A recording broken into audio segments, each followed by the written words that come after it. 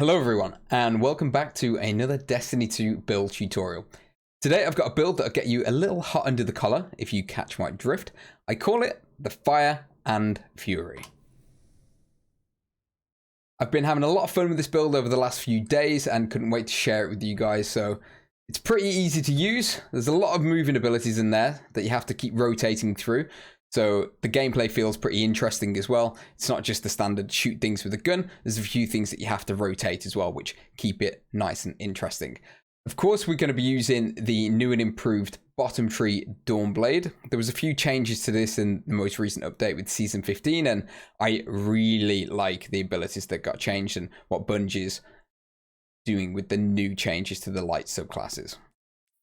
So, Fated for the Flame, this is the same. Daybreak projectiles seek targets as they travel, and upon impact, launch a streak of deadly flames. Really good ability, but that's exactly the same as it was before with our super. We now have Igniting Touch. This was changed slightly, so when you strike a combatant, they now burn, and any combatant that you defeat while they're burning causes them to explode. This will also work with our grenade, for example, or anything else that causes burning damage. Potentially a solar sword, which we may get onto later.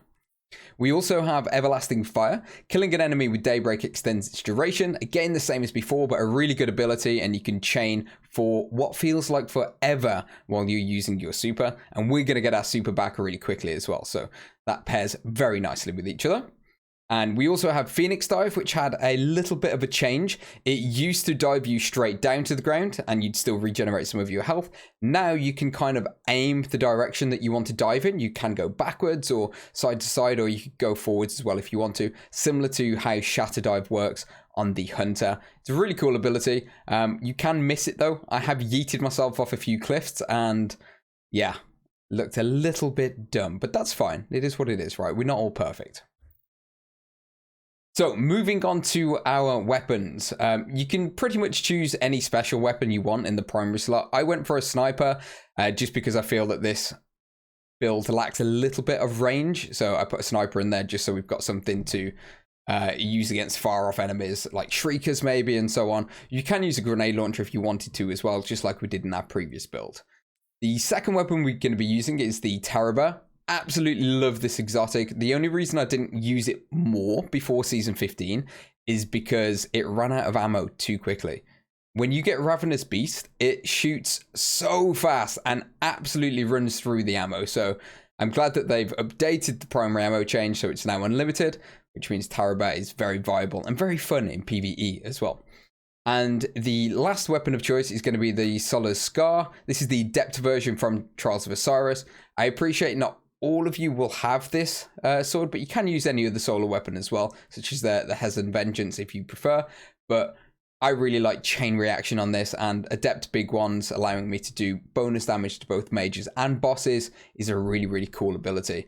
And as I say, chain reaction links in very nicely with the new Dawnblade changes. Looking at our stats, the important ones that we've gone for, and you can play around with these a little bit yourselves if you want, but we're on a Warlock, of course, so we're going for high recovery and high discipline. We want to be making the most of our solar grenade so we can proc as many enemies with burn and get as many explosions as we can. Plus, there's a few other armor mods that we're going to be using, which is going to tie in with that to recharge of all of our abilities nice and fast. We don't need to worry about intellect on this one because we're using Mantle of Battle Harmony and we've got a few elemental well mods. And if you wanted to, you could spec more into strength instead of discipline. So that way you would be using your melee attack more to proc burning damage than your grenade. It's completely up to you. It depends on which playstyle you wish to choose. So moving on to our armor itself.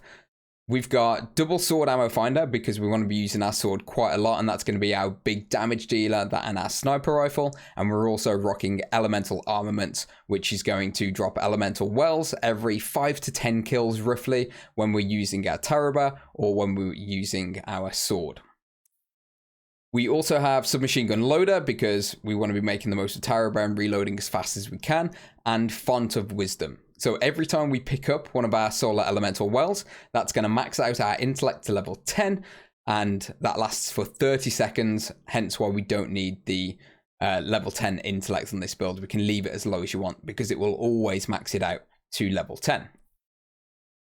The main exotic we're using is Mantle of Battle Harmony, of course, as I mentioned. You could pair Verity's Brow with this build as well after they've changed it in Season 15. That could go along very nicely, but I want to be getting as many supers as I can and buffing the damage of my solar weapons as much as I can so we can be making the most of Taraba and our Solar Scar. So I chose Mantle of Battle Harmony. You can run whatever you mods you want in terms of the resistances. Solar damage and concussive dampener work well for me, and I've also got explosive well maker as well, which is a solar mod, but again you can put this on any one of your other armors. It doesn't matter where they slot in as long as they are somewhere within your build. This one, when you are rapidly defeating combatants with explosive damage, it spawns a solar elemental well. Of course, with the amount of explosions we're going to be causing from Bottom Tree Dawnblade, you get a lot of solar wells drop, which regenerates your abilities, your grenade, your melee, your super, so on and so forth. So it works really, really well and just complements the build to constantly be spawning solar wells from explosions. Onto our boots, we have Sniper Scavenger, so when we do pick up our special ammo, we get a little bit of extra ammo for our sniper, and Enhanced Sword Scavenger, that is from the artifact for this season. We've also got Melee Wellmaker, which is a great perk. I do want to do a Titan build with this mod in the near future. I'm just waiting until I unlock one of the new Elemental Well mods, but that's going to be a really spicy build for you Titans as well. But this one, Powered Melee Final Blow, spawn Elemental Wells matching your subclass energy type. Of course, that's going to be solar for us, which is going to help regenerate all of our abilities every time we pick them up, giving us more melee energy, more grenade energy, and so on and so forth. And finally, we have Elemental Ordnance, which every time we get a kill with a grenade, we get an elemental well again. So effectively, every time we kill something with our melee or a grenade, we get an elemental well, which recharges our melee and our grenade. You can see a theme here. It's great. You cycle through a lot of abilities very quickly, and the times that you don't have any of your abilities, you have a Taraba and a Solar Scar, and because we're using Mantle of Battle Army, you pretty much always have your super up as well. It is fantastic, it's really fun, and there is a lot of explosions. And let's face it, that is why we're all here. So guys, that is the end of our video. I'm going to leave you with some Lost Sector gameplay now, just so you can see how the build works, how it rotates through, and so on and so forth. If you enjoyed the build and you liked the video, leave me a thumbs up. That really, really helps out. Thank you so much for you guys. You've shown so much support on the first video. We're over 1,000 views on that. That is insane to me. I can't wait to produce more of these builds to get them out. I'm excited for the future. But if you want to see more, drop me a subscribe as well. We do stream over on Twitch 4 days a week. There is a link to the Twitch channel in the description below. And if you think you can improve on this build in any way or make it a little bit different to be a bit more fun, let me know in the comments and we can have a look at it in future. All right, thanks guys. Enjoy the rest of the video. Speak to you soon.